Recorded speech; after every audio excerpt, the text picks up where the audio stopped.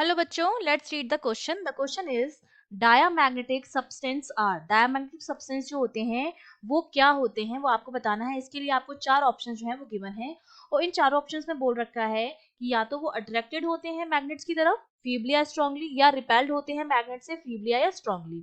तो देखिए, इस क्वेश्चन को करने के लिए हमारा जो की कॉन्सेप्ट रहेगा, उस की कॉन्सेप्ट में जो पहली चीज आपको पता होनी चाहिए कि जो मैग्नेट जो सब्सटेंसेस होते हैं हमारे पास, वो तीन तरह के होते हैं बेसिकली। एक आपका होता है डायमैग्नेटिक, एक आपका होता है पैरामैग्नेटिक, और एक आपका होता है फेरोमैग्नेटिक। ठीक है, इन तीनों में डिफरेंस जो है वो आपको पता होना चाहिए। पहले डिफरेंस की अगर मैं बात करूं, ससेप्टिबिलिटी जो हमारा होता है जीटा, जो कि आपका रेशियो होता है एम अपॉन एच का, जहां पर एम मैग्नेटाइजेशन है और एच जो है वो मैग्नेटिक फील्ड स्ट्रेंथ है। बेसिकली ये बताता है कि जो सब्सटेंस है वो मैग्नेटिक फील्ड में कितना मैग्नेटाइज होता है, उसके अंदर कितनी ज्यादा मैग्नेट्स की प्रॉपर्टी आती है, वो इसका रिप्रेजेंट करता है। तो डायामैग्नेटिक के लिए जो जीटा की वैल्यू होती है वो लेस देन जीरो होती है। दैट सिंपली मींस कि जीटा की वैल्यू जो होती है वो क्या होती है, नेगेटिव होती है डायामैग्नेटिक के लिए।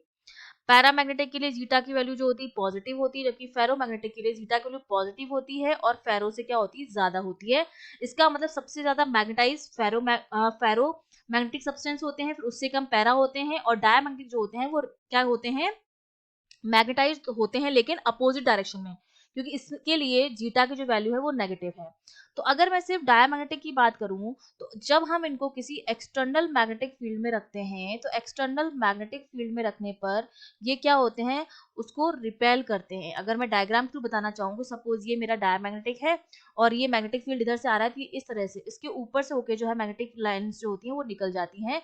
इसका मतलब ये इन मैग्नेटिक फील्ड लाइंस को क्या कर रहा है, रिपेल कर रहा है। मैग्नेटिक फील्ड लाइन जो होती हैं वो इससे अवे फ्रॉम,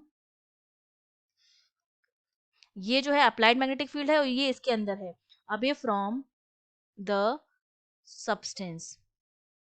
ठीक है, तो क्या होता है कि जो एक्सटर्नल मैग्नेटिक फील्ड है, इसकी वजह से इस सब्सटेंस के अंदर एक मैग्नेटिक फील्ड जो है वो इंड्यूस हो जाता है, और ये इंड्यूस मैग्नेटिक फील्ड जो होता है वो अपोजिट डायरेक्शन में होता है, इन एक्सटर्नल मैग्नेटिक फील्ड की अपोजिट डायरेक्शन में होता है।